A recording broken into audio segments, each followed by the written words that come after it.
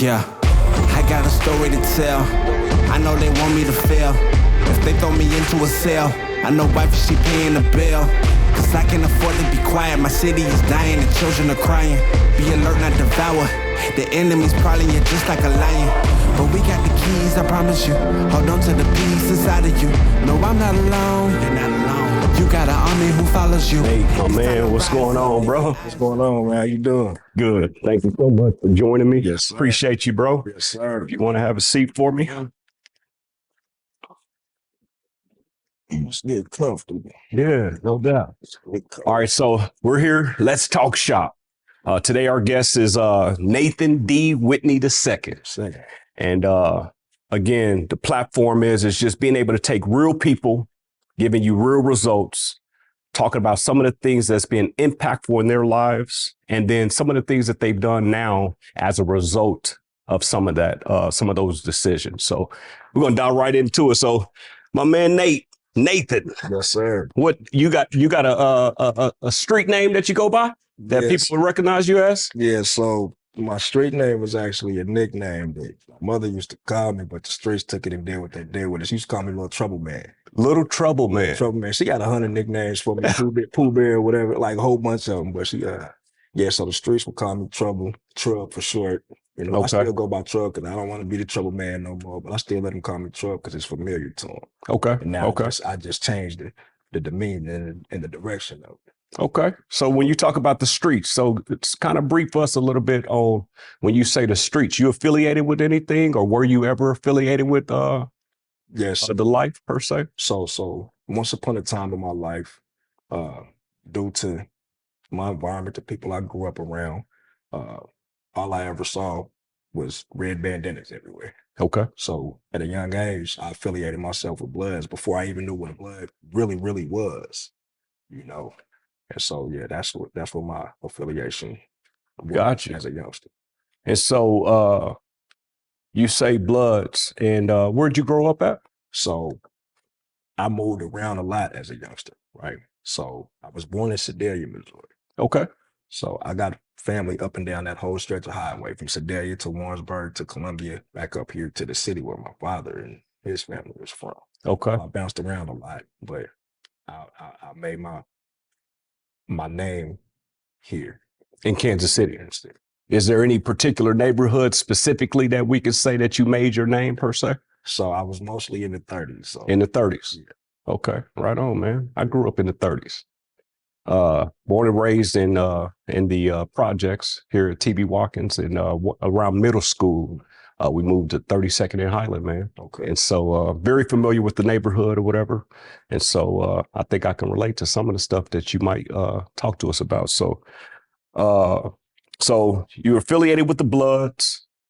How long were you affiliated with the Bloods, or do you still affiliate with the Bloods? I don't affiliate with anybody from where I grew up in. Okay.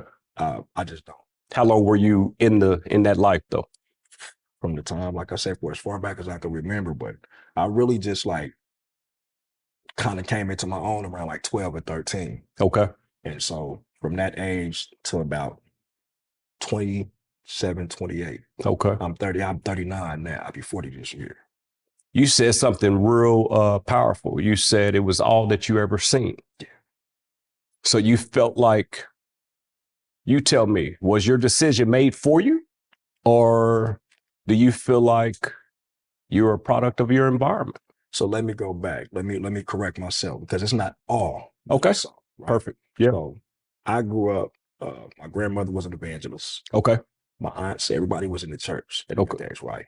But as far as outside of my home, and when I walked out that door, the things that I seen and the things that influenced me the most, the guys driving the cars and doing all of that, at a young, impressionable age, that's what influenced me as a youngster. So leaving outside my household, those are the things that I saw. So you talk about cars. You talk about would you say fast money or Yeah, okay, that was attractive to you. absolutely. Okay.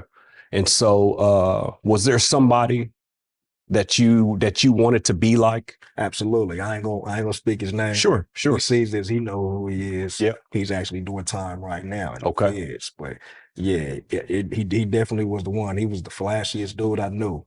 and real light skinned, pretty boy, pretty hair, and always had a car, always had a bankroll. First person to ever show me a handgun in person, those things like that. So yeah, I looked up to him. Okay. And so you would call him what would you say, a mentor maybe?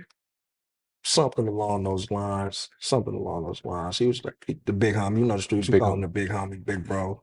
Tell me what it's like. Well, tell me what your relationship. It says that you the second. Second. Tell me about your pops. Yeah. So why? Yeah, this is a deep one. So my pops, him and my mom, they was married. So I have two older sisters. Okay. Now, my older sister is not his biological child.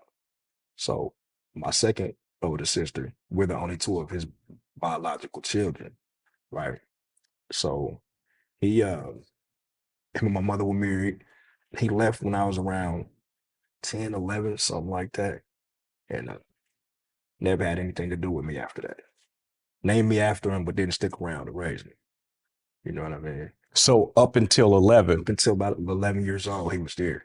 Were you guys were you tight? Yeah, what was that relationship like? I remember playing catch with him because he was a big baseball fanatic up until the day he passed. Okay. But yeah, I remember playing catch with him as a youngster. Baseball was my first sport. In most black households, football, basketball be the first sport that you fall in love with. But mine was actually baseball. You think it had anything to do with your father? Yeah, I know for a fact it did. Okay. I know for a fact it did. And so that's up until 11. Mm-hmm. They split, and then he didn't have anything to do with you. So he would do the absentee father thing, make promises, pop up when he wanted to pop up, or promise that he was coming and would never show. To the point to where my mother just stopped telling us that he was coming because he stopped showing up. How'd that make you feel?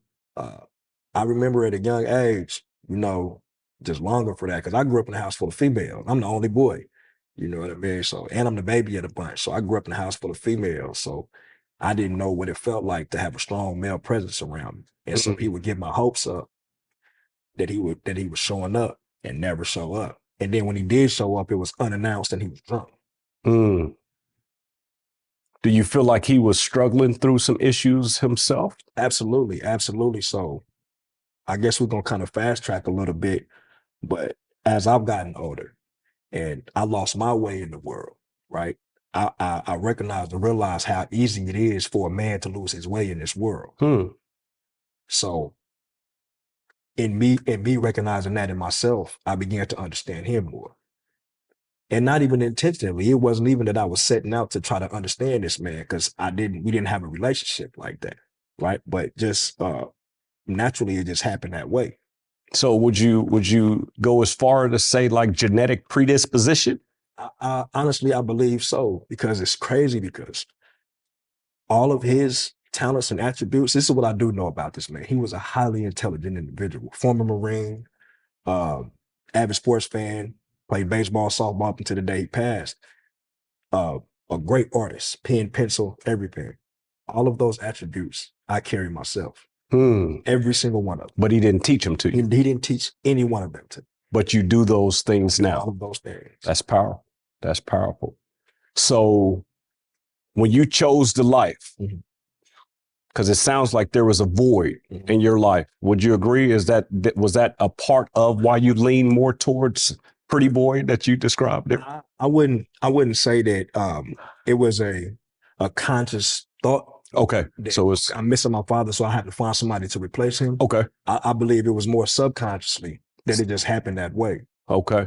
And then so tell me what that was like. So subconsciously you started, was it rebelling against your mom or did your mom support the lifestyle that you were? It's not so much that she supported it. It's just that she didn't know how to deal with a rambunctious little boy. But she did know how to do it because I was raised by them women that pull that belt or them switches out. You know what I mean? They gonna put the belt or the switch to you. Matter of fact, you're gonna go pick it yourself. Right. I was raised in an era where everybody gave you a whooping. Your mama gave you a whooping today about this. Your granny found out about it and she gave you a whooping about the same thing. And so it's not that she supported it. It's just that past a certain point, I'm so hard-headed, right? You couldn't tell me nothing. I've been hard-headed my whole life. Yeah. And so she kind of she did the best she could. It just was what it was. You know what I mean? So once you got in there and you're making decisions because you're affiliated with this organization, anything you regret? I hold a whole lot of regrets, a lot. And so my mother, to give you uh, a brief backstory on her, she battled with drug addiction her entire life. Okay. Right. Yeah. And so, but she wasn't no junkie. She wasn't a streetwalker or things of that nature. My mother was a hustler. She was going to turn a penny to a 20 real quick. Yeah. And she hid her addiction from us. I didn't know my mother was addicted to drugs until I was in my late teens. Wow. Okay. Didn't even have a clue that she was addicted to the same drug that I was selling. Wow. At what age were you selling? At a young age, early teen. Who taught you that? The streets and everything around me. So the streets. I knew that that's how you was gonna make the quick money, because the guys I looked up to, that's how they was getting their money. That's how they got their cars. That's how they got their clothes. That's how all the women were surrounding them, because they were selling drugs or robbing or doing things of that nature. So I have uncles. My mother has older brothers, right? They were in and out the penitentiary their whole life. So in my childhood, they were mostly gone. They spent most of their lives in the penitentiary. You know what I mean? So Yeah. all the male figures in my life were missing because they were all doing time. And so all the male figures were missing because they were doing time. And then you chose a lifestyle potentially that could land you up Inevitably right where they were. Inevitably. Did you go? I did. How long? So it is February 2024. Yeah. I was just released from prison 14 months ago. 14 months ago. I've been home for 14 months after serving an 11-year bid. 11 years. That was my last. That wasn't even my first time in prison. So the first time I let them put a pair of handcuffs on me, I was 12 years old. Wow. For a little petty stuff. We stole some golf carts and some, just me and my cousin just wilding as young kids, doing dumb stuff. And it just escalated from there. So from the age of 14 to the age of 17, I spent in juvenile centers. Did you graduate from high school? I did not. I got my GED when I was 16 years old in a juvenile youth center. Got you. Yeah, Tarkio Academy up in Tarkio, Missouri. Wow. Mm-hmm. Okay, so you get handcuffs placed on you at 12. I mean, I would think that would be pretty frightening, man, at 12. Or what was that like? Or was it glamorized? It was glamorized. But for me, I just had, I've said this more than once, I just had this switch that either did come on or didn't go off, right? And I've always had the ability to adapt to any environment. Okay. I've always had a different type of mental fortitude to be able to adjust to any situation. So it felt like that was a rite of passage. You go to jail, you come home, everybody like, oh man, little bro did time. Like that was a badge of honor. We wore that as a badge of honor as youngsters, even though we didn't know what to call it at that time. That's what you did. So at 12 or 13, I went, they took me to the Scared Straight program. I'm sure you're familiar with. Yeah, I seen it on TV. Yeah, so I did the Scared Straight program. Wow. They sent me to a prison. We took a tour of the prison. Coincidentally, both of my uncles were incarcerated in that prison. So you're on this show that's trying to see the show. It was just, back then it was just you load them up on the bus with the juvenile officers and you take them to these prisons to try to scare them straight. This is before the TV and all of that stuff came about. So did it early 90s. So would you say that it didn't deter you? Did it? It did, and I was comfortable. I knew all type of people that was there, right? So I was right at home, as well as a lot of the other youngsters that was with us. We were right at home because everybody we knew, this is what they was doing. So it wasn't a thing that it didn't scare me straight. I will be 1000%. It didn't scare me straight. So when you got in there had to have been some type of misconception about, the way that society portrays prison and that life. The Scared Straight tour or my own? Your own experience. Was it, tell me about that for you personally. Man, the TV waters this stuff down so much. They'll find a way to glorify it and make it seem as though this is a place to be. But it's a lot more complicated than what they make it seem like. First things first, your very first day at intake, the very first thing you do when you get in there, you about to be in a room with 40 to 50 other brothers, people you ain't never seen in your life, or some of them you may have just came from the county jail with on that transport bus. The first thing they're gonna make you do when you get there is strip butt naked in front of a room full of men. And a whole bunch of other men that you've never seen before, the guards, the COs. You about to strip butt naked with me. And it depends on what system you go to, they're gonna spray you down with delouser to try to kill whatever little gnats and whatever insects they think you may have. They're gonna make you run it, they're gonna give you a pair of goggles, put the goggles on, spray you down, run it through your hair, send you over here to this cold shower that barely sprinkles any water down, and tell you to rinse off. You're gonna be smelling that on you for the next probably week or two while you back in your cell house trying to scrub that off of you. It's not sweet. And that's the very first thing you're gonna see. That's what they're not showing. And even in the parts of the shows and the movies that they do show, they kind of show that briefly. They might show dudes laughing and joking. You ain't laughing and joking. This ain't laugh and joke time. You butt naked and in front of a whole bunch of strangers. Yeah. CEOs cracking jokes and all this type of stuff. It was one CEO one time when I came through, he said, I've seen about 1,000 in nuts and butts all day. This is a joke to them. Wow. This is fun and games to them. What I mean, did you have any, because of the fact that you have family inside, was it tough for you in regards to just the activity, the criminal activity that happens within prison? Or is there activity in there that happens like that? Yeah, there's plenty of activity. Okay. Politics don't stop when you leave the streets. They just get started while you're there. And now all of these same people that was politicking out here might have been from one side of the city or one side of the state or whatever. Now you got all these people in one melting pot. So it's naturally gonna go up on a regular basis. So you get there, it's not, and that's another thing. You get to prison, and it also depends on what prison system you go into, whether it be the state penitentiary or the federal penitentiary. Your crime dictate which one? Yeah. Okay. So the politics are different on both of those yards. And you've been to both? I've been to the state. I fought my federal cases. I beat my federal cases, but I did my time on the state yard. Got you. Right. So the feds, 9 times out of 10, you're gonna go with whatever city you from or whatever set you from. The state is like that as well too, but it's really detrimental in the federal system. And I know that because I know the system. So if you have a change of heart per se, and you realize that you want to go into prison and you say, I don't want to be affiliated with Bloods anymore. What was that like? My last bid, which was my 4th bid as an adult, right? That was the decision I made for myself.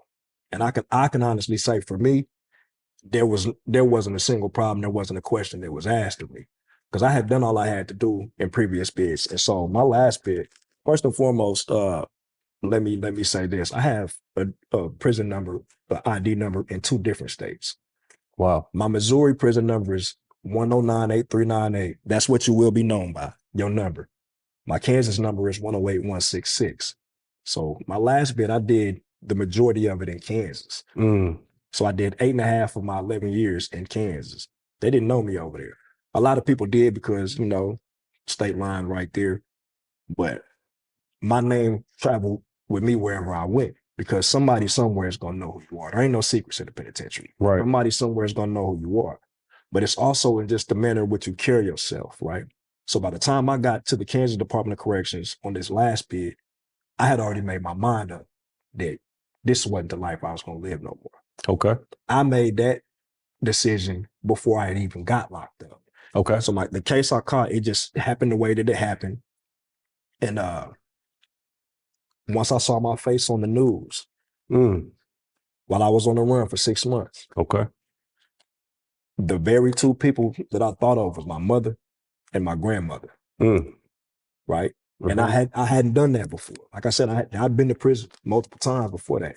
Yeah. But on that bid right there, because this is a more serious crime, full disclosure, I caught a 2nd-degree murder charge. And so when I was on the run, I pictured their faces because they were in the church. I wasn't in the church. I stopped going to church when I was 14. I became Muslim later on. Okay. And so that was my transition. Yeah. But they still were there. And I know at that particular, I know how judgmental people can be. And I didn't want them to have to keep answering questions about me. Yeah. Well, what's going on with him? What's going on with him? And so my mindset began to change right then and there. Yeah. As well as the fact that while I was on the run, my youngest son, my baby mom was pregnant with my youngest son. Wow. So he became another light at the end of the tunnel for me. So even if I had for a split second been hopeless in what my direction was going to be in life, that's what gave me hope. Wow. That's good. Right. And so my transition began at that moment. I knew that in order for me to never come back to this place ever again, I had to do something drastic. Yeah. So I began to make changes within myself. I used to sit in my cell, lay on my bunk. I have conversations with myself. I still do this to the day. The best conversations I have are with myself. Yeah. And so I had to face a lot of ugly truths about myself, the way I was living, the way I was thinking. As street dudes, we call ourselves real niggas and we real this and real that. But a lot of the things that we doing, it's not really real. You're not being real with your woman. You're out here cheating on her. You're not being real with your kids because everything you're doing on the other side of your walls may take you away from them for the rest of their life, or it could cost them their life potentially. That's good. Right? That's good. Yes, sir. I had to have these conversations with myself and face some ugly truths on the way I treated women, the way I did everything, the way I went about my business. And so that's really where my transition came from, is just like realizing like, all right, man, who you gonna be? Yeah. What you gonna do with the rest of your life? Because it cost me a whole lot. The most valuable thing that you can lose is time, other than your life. Outside of losing your actual physical life, your time, you can never get that back. That's good. And throughout all of those years, I can't count on my hands, your hands, and his hands how many of my friends or homies or whoever they may have been that I lost from the time I walked in that gate up until the day of my release. Wow. Family members. So this tattoo on my face, this is my little cousin. He was more like my little brother. He just got murdered in 2020. Sorry to hear that. You know what I mean? And those are the things that you lose on that journey. Yeah. You know what I mean? So about the month I got locked up, that first month is when it all kicked off. And I lost 1 to 2 to sometimes 3 every single year of that 11 years. So you talk about full transparency, and I really appreciate you, because a lot of this is educating the youth on, I say, a lot of times they're making permanent decisions on temporary emotions. Absolutely. Right? And so you lost these people that were close to you, that you cared about. Did the prison let you go to their funerals? Absolutely not. So when he died, I watched his funeral on a DVD. My sister and them had the funeral home record the funeral. I sat in a little room by myself. They let me view it by myself. And I put it in a DVD player and I watched my family crying. I heard my aunt screaming. I could still hear it to this day. My mother's youngest sister, I heard her screaming. And I requested for them to sing a song at his funeral with my aunt. I come from a family full of musicians. Okay. And so I requested for them to sing one song that I love to hear her sing. It's called I Trade a Lifetime. And so I had to sit in this little room and watch this service by myself and grieve by myself. Did they have any resources for you in jail to be able to help you grieve or be able to work through how you were feeling, or, any of those types of things? So they have a chaplain in every prison. Yeah. They may come around and say their little piece, but you don't want to hear that. You just want to be with your family. Yeah. There's nothing that anybody could tell you. Yeah. You just want to be with your family. And quite honestly, the rehabilitation process in the penitentiary it's not about rehabilitation. What do you feel like it's about? It's about punishment. I used to have to I've told multiple guards this while I was in there. I was sent here as a punishment, not for punishment. Because they'll go out of their way. Because you have to think about the prison system, the penal system. It's the business. It's $1 billion industry. That primarily is affecting who? Black and brown. Okay. And so, and we'll get it. I'm gonna come back. I'm gonna circle back around to that, because that's really heavy. That's good, right? And so our prisons are being affected by decisions that our youth or men or women are making, right? And so when you talk about, you're talking about family right now. Can you tell me a little bit more? Are you married? Do you have children? I'm not married. Okay. I do have children. Okay. My oldest children. How many? So I have 2 blood children. Okay. A son, my youngest son, and my oldest daughter. She's 21. 21. I haven't been a part of her life. What's that like? Due to my decision making as when she was a baby. You know what I mean? It took me away from her life. So you went in and she was how old? So she was 5 months when the situation happened that removed her from my life. Okay. And it's been that ever since. We don't even have a relationship with one another. So you have a 21-year-old daughter. My youngest son will be 12. Okay. And I have 3 chosen children. I've raised them since they were itty bitty. They recognize me as their pop. The oldest of them is 23, just turned 23. Do you, and I think that's commendable. Anybody that can be in a step parent or stepfather role is an amazing thing. Absolutely. I'm gonna circle back just a little bit though to your oldest though. Mm-hmm. You say that that she's not a part of your life at all right now. How does that impact you right now? It has been a weight on my back, chest, shoulders, head since the year 2002.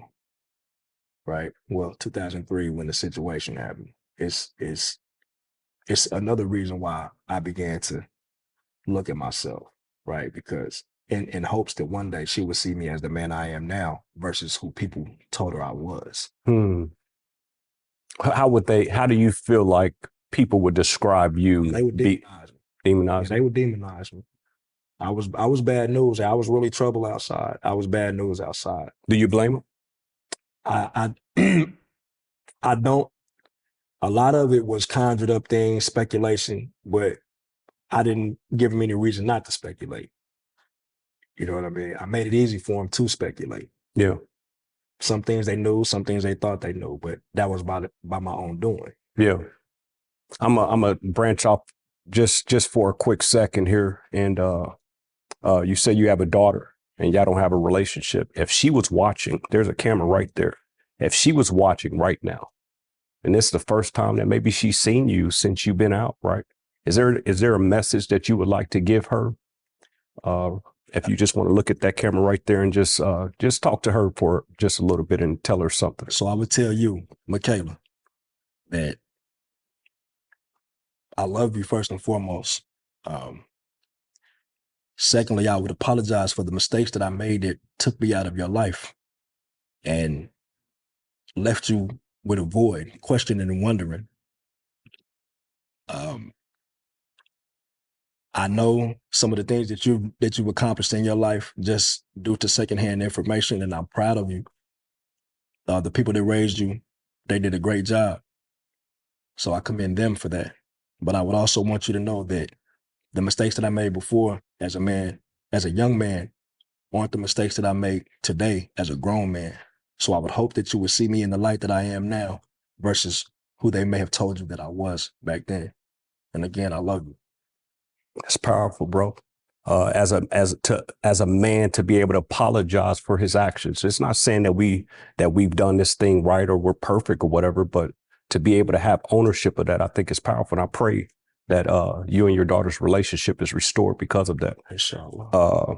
When you talk about your other children, do you, and you know how you was as a child, do you do anything differently in raising your children now? Man, listen. Talk to us about that. So the oldest, Keyshawn, he's 23, a musician. He ain't never been affiliated with a gang. First and foremost, they was raised in the suburbs. We had them in Leeds Summit and Blue Springs, places like that. I didn't want them to ever be now. Growing up, they saw things that they shouldn't have seen. But as far as the outside influences and things like that, I shielded them from that. Their mother shielded them from that.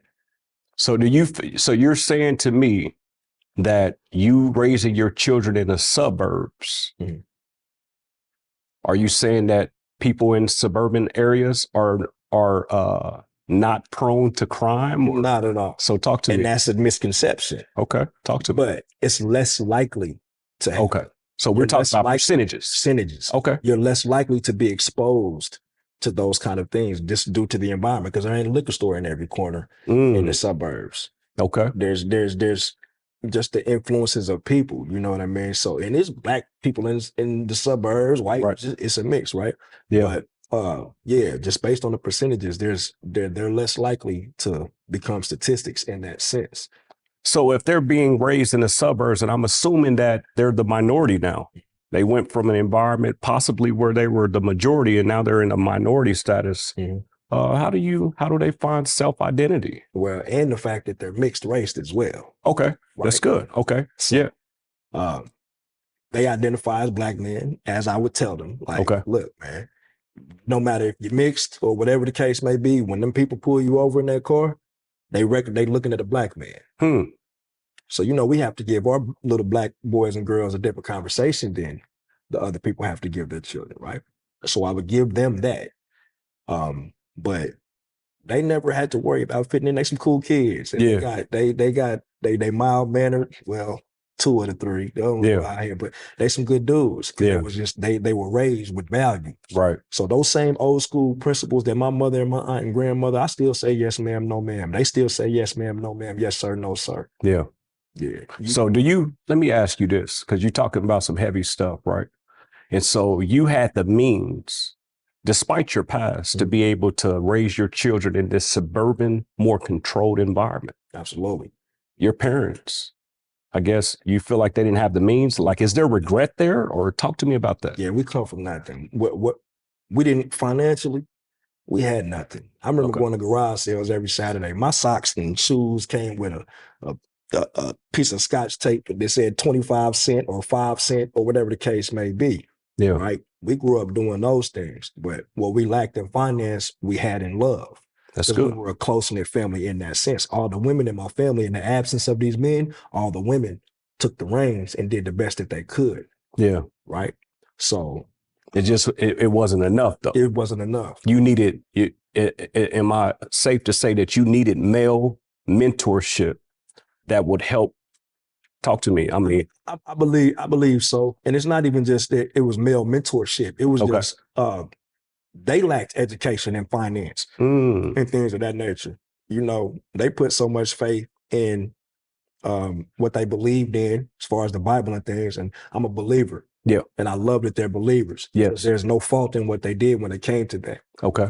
But looking back, I wish they would have placed more emphasis. Well, not more emphasis, but an equal amount of emphasis on educating us financially and trying to break the chains and break the cycle of what they didn't know from before. You feel like you would be a different person? That became my mission because I've always educated myself. I've always been smart. I was never a dummy. My mom used to always tell me I'm the dumbest smart person she knows. For real, she would say that. Yeah. But I always educated myself because even when I was running the streets, the homies used to think it was funny because I'd be reading and the way I articulate my words because I always been a musician, a rapper. So I used to read the dictionary like it was just a regular book, right?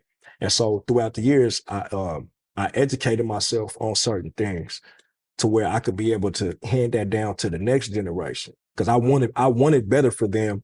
I just was still trying to figure out how to do better for myself in the process. Yeah.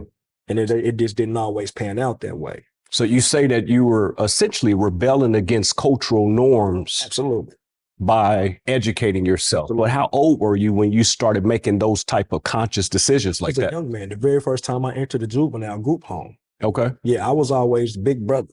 Okay. To kids my age or younger than me. I was always there. If you were to speak to somebody that's going against those norms, wanting a better life, but surrounded in the same areas that you were in, what kind of advice would you give them? Listen, and I said this, I've been saying this for this past week because I've had multiple conversations such as this. A man ain't born with 2 hearts. Right? That's good. Yes, sir. So you have to pick one or the other. Your heart can't be here and there at the same time. So your mind ain't gonna change until your heart does. Right? So you can't use the excuse you don't know because you got technology. You on your phone all day on TikTok, Facebook, whatever the case may be. The information is at your disposal. That's good. So there's no way you can't say you don't know. If you don't know, it's because you choose to not know. Yeah. We all have choices. What do you choose? Yeah. Any regrets? I hold a lot of regrets, a lot. And mostly spending so much time in prison Full disclosure, I lost my mother last year. Sorry to hear that. 2 months before I came home, she suffered multiple strokes that rendered her comatose. Mm. I talked to her that Wednesday, and that Friday in September, she sat in a vegetative state. I came home in December. I was home for 4 months before we had to bury her. So that in itself is my biggest regret. And the last conversation that her and I had, me and my mother had a great relationship. I'm a baby boy. We didn't argue. I didn't disrespect. Like, me and my mother had a great relationship. That was my dog. Like, for real. That's how we talk to each other. Yeah. Like, that was my dog. You know what I mean? And I remember being locked up. She would sometimes get on the phone and she would just be snapping. I'm like, Mama, like, I'm in prison. Like, it ain't me you mad at. But that last conversation that we had, she let me know that the only reason she was mad at me is because I wasn't here. That's deep.